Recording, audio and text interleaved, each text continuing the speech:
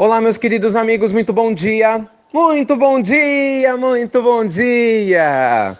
Começando mais uma pílula do nosso amado Evangelho de domingo, dia 30 de abril, hoje o último dia do mês e, como sempre, o desejo aqui todo carinhoso para que seu coração, sua mente estejam em paz, sua família em harmonia e, se por algum motivo não estiver, que a fé em Deus, a oração, a prece possa ajudar você a se ajustar e, consequentemente, a dar os passos corretos no sentido de construir a paz dentro de você, que você quer ver refletida ao seu redor. Meus amigos, hoje eu queria conversar com vocês a respeito de um assunto extremamente importante para o nosso equilíbrio: a nossa relação com o prazer. É, isso mesmo. Como é que você enxerga o prazer na sua vida? Já parou para pensar nisso?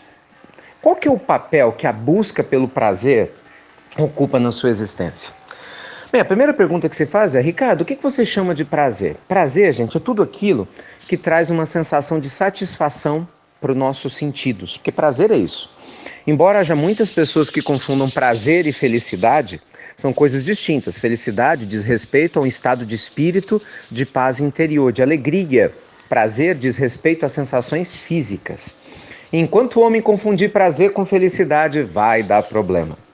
O caminho do Evangelho, gente, ele é repleto de exemplos que nós devemos buscar o que nos faz felizes de verdade, dentro do ambiente da moralidade pura, da moralidade elevada, independente se isso vai trazer ou não prazer de curto prazo. Vou te dar um exemplo.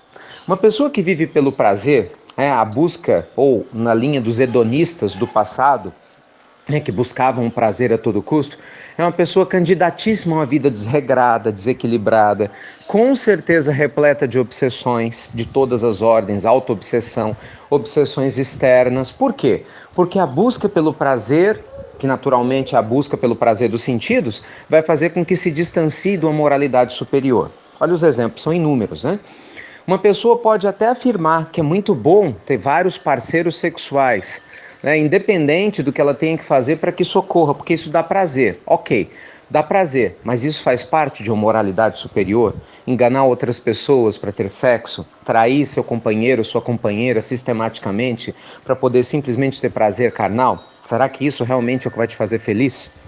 Algumas pessoas podem dizer o seguinte: eu não vou hoje na minha campanha do quilo, eu não vou hoje na minha tarefa social porque está chovendo, eu vou ficar aqui debaixo da cama que é mais gostoso. Claro, te dá prazer. Mas será que é isso que vai te fazer feliz? Só ir nas tarefas quando for conveniente para você? Enquanto as pessoas estão lá precisando da sua presença, que você disse que assumiu o compromisso e agora não vai? Então, puxa vida, Deus não pode nem confiar em você, porque você só faz o que te dá prazer. Você tem certeza que é isso que vai te fazer feliz?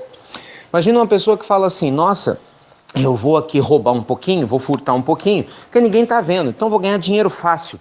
Nossa, isso me dá uma sensação boa de prazer, porque aí eu posso com esse dinheiro comprar o que eu quero, fazer o que eu quero. Ok, mas isso vai te levar a uma evolução espiritual, a uma moralidade pura? Entende, gente, onde eu quero chegar? Um pai e uma mãe podem falar: me dá prazer ficar vendo aqui a televisão o tempo todo, ficar na internet, enquanto os filhos estão lá sendo terceirizados a sua educação. Na sua ausência, pode dar prazer, mas será que é a postura correta de um pai e de uma mãe responsáveis? Então tome muito cuidado com isso, porque muitos dos problemas que a gente tem enfrentado na vida é porque a nossa busca pelo prazer, infelizmente, se tornou maior do que a nossa busca pela verdadeira felicidade. Felicidade, gente, no dizer dos espíritos puros, é estar em plena harmonia com as leis divinas.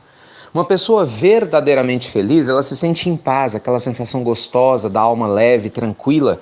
Por quê? Porque ela sente que ela tem conexão com a lei de Deus. Por isso é possível ser feliz mesmo sem ter muito prazer, com certeza. Quantas pessoas doentes você conhece? Eu conheci algumas, que embora tivessem enfermas, e é lógico que a enfermidade física não dá prazer nenhum, sentir dor, aqueles desconfortos dependendo da enfermidade, mas a alma em paz. Por quê? Porque é uma alma que não se revolta, que é otimista, que tem bom ânimo e que inclusive está se purificando espiritualmente enquanto vence aquela enfermidade. Embora não tenha prazer, sente-se feliz. Pessoas que, apesar das dificuldades financeiras que enfrentam, e nem sempre tem a comida gostosa que gostaria, né, para se alimentar, nem sempre dorme na cama gostosa que gostaria, mas ainda assim vive de uma maneira feliz, porque o evangelho está dentro de casa, porque é uma pessoa que vive em harmonia com as leis de Deus, nunca lesou quem quer que seja, não fala mal de ninguém, é alguém que sempre tem uma palavra de conforto para os seus filhos, com seus amigos ou com seus pais. Então é alguém que vive feliz, apesar de não ter prazer. Entende o que eu quero dizer? Então, assim, tomemos muito cuidado com as nossas buscas na vida material. A vida material, gente, ela é cheia de ilusões. Por isso que Jesus falava que há duas portas, uma larga, que é a porta da perdição, e uma estreita. Então nós temos que tomar cuidado e fazer uma dieta espiritual, dessa gordurinha espiritual, né, que a gente tem de uma energia pesada. Então não vamos entrar nessa porta estreita, não, de jeito nenhum. Se você viver pela filosofia do prazer a qualquer custo, colocando o prazer em primeiro lugar, a gente não cresce. Por isso que você tem tantas pessoas que bebem muito, que são viciadas em todos os tipos de vício, né, em todos eles. Sejam drogas lícitas ou ilícitas, droga é droga, ponto. Né? Não há muito o que se argumentar com relação a isso. Você está intoxicando o seu corpo de alguma maneira que prejudica você, a sua família, a sociedade ao seu redor por causa do prazer. Como dizer que isso é saudável, meus amigos? Como falar que isso é saudável? Não é? Então, cada um é que deve fazer suas próprias reflexões. A gente adora se enganar para não ter que fazer mudanças. Então, é mais fácil xingar quem fala, né, sobre as coisas do Evangelho. É mais fácil falar que o Evangelho está ultrapassado.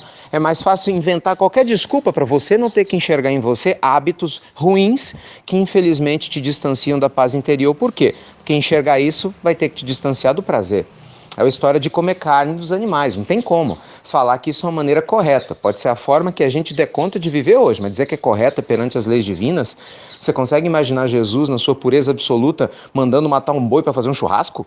Desculpa, perdão, eu sei que se incomoda, mas se nós queremos realmente crescer espiritualmente, não dá mais para fechar os olhos para essas realidades, né? Então, cuidado. Cuidado com o excesso de apego ao prazer, ao dinheiro, à moeda, para ter prazer que faz com que a gente se esqueça de responsabilidades, né? Para a gente fazer com que a nossa humanidade cresça de maneira mais justa.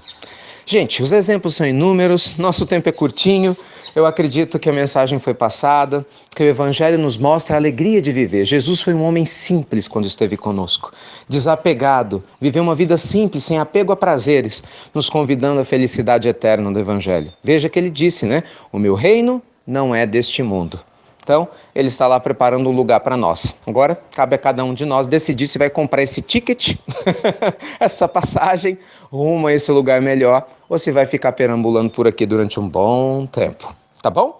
Deus abençoe a cada um de vocês, um lindo domingo, bênçãos e paz aí para sua família e um convite especial. Daqui a pouquinho, às 15 horas, nós temos um seminário na Casa de Glacos, ali no Padre Eustáquio, em Belo Horizonte, de 15 às 18, maravilhoso, sobre os princípios básicos da doutrina espírita. Aqueles que tiverem o desejo de comparecer, ou quem até não conhece o Espiritismo, excelente oportunidade de conhecer um pouquinho sobre os princípios básicos. Eu vou ficar muito feliz se puder te abraçar. Tá bom? Grande abraço a todos vocês, luz e paz, e quem sabe até daqui a pouquinho. Fiquem com Deus, meus queridos amigos. Muito obrigado por compartilhar a pílula do Evangelho e até breve, até muito breve. Com mais consciência, hein?